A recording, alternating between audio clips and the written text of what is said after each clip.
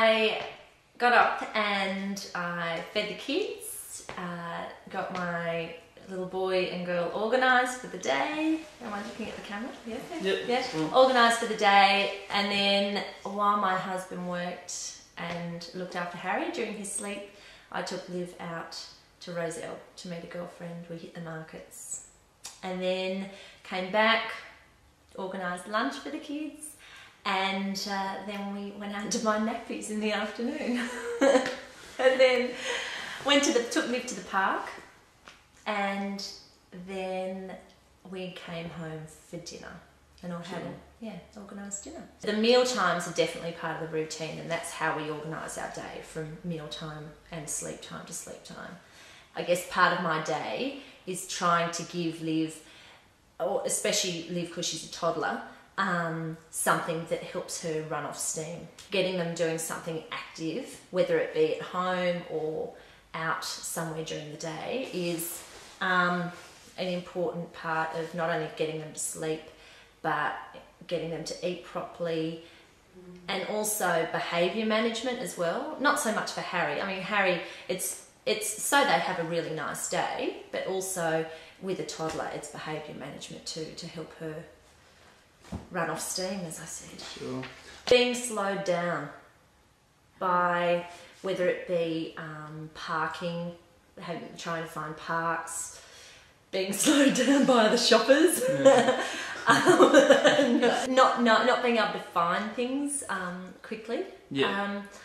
That's probably it. Well, okay, I shop as early as I can in the morning for my groceries or for my fruit and veg. So, and I'll tend to go to shops where I know that parking is going to be easy, and depending on what time it is in the day. So if it's 8 o'clock in the morning, I'll go to Frenchman's Road. If it's 9 o'clock in the morning, then I'll go to Bondi Junction, because I know I get a park quickly. Sure.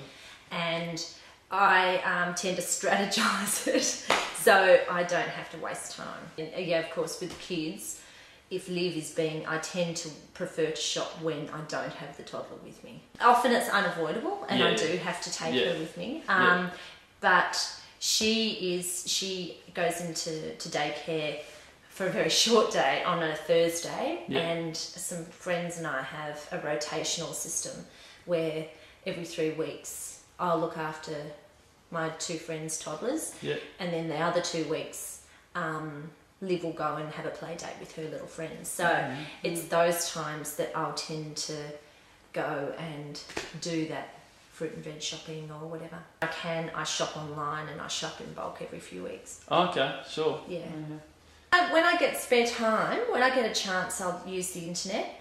But often that's probably I've got a 2-hour gap where I can sit down and use the internet, but that certainly doesn't happen every day. Yeah, no. I'm using usually just my Hotmail. Yeah. Using online supermarket shopping. Yeah. And often it's kids sites to find out what's going on in the city. You know, whether if there are any sort of kids concerts or things that are kids related. Yeah. One called Kids Spot. And then I also check out ABC Kids. I'm a member of the Wiggles site. I'm a member. That's great. I would go to the gym once a week. Yeah.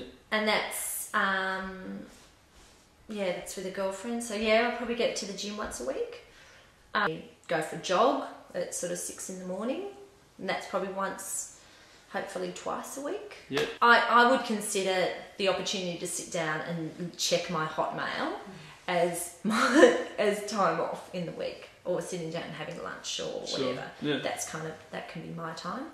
I don't know, get my hair done or something. That might be, but then I'll have a child with me anyway. Yeah. And maybe grab the newspaper. Yeah. I started listening to 702 in the morning. I've started taping, because we've got IQ, which is fantastic. So I tape my ABC shows, like so my Spicks and Specks and my Gruen Transfer and my just different bits and bobs off the ABC. I tape the ABC News, which I don't always get time to watch. Getting snippets, because if I sit down and read the paper finally, then I'm in such a frazzle because I think, oh shit, the kids are going to wake. Yeah. But I don't take anything. So I'm trying to do it through osmosis. Trying to get a little bit informed. But I'm hoping 702 is going to inform me. Like already today, I've already learned a couple of interesting things. You want to be up to date with current affairs. Yeah. But then you also want to be up to date with kind of the popular media as well. Like I really miss my Max and my listening to Triple J and stuff too. So when you're at home and you're not really talking to anyone, you're talking to the kids. Yeah. Or you're talking to other mothers, you tend to, you kind of tend to feel like you're out of touch. Yeah. And also there's, I think, I don't know, maybe this is a personal thing, but it's also a case of you don't want to feel pigeonholed as a stay-at-home mother. You want to stay informed and feel like there's substance. It's just always something that I've wanted to do, and it's always something that has been really important to me to do. As a teacher, primary school teacher, being a teacher, the decision to stay at home with my kids or go to work and be with other people's kids is a bit of a no-brainer for me as well. You do wrestle with I personally wrestled with a lot of guilt, in terms of where's my place, and am I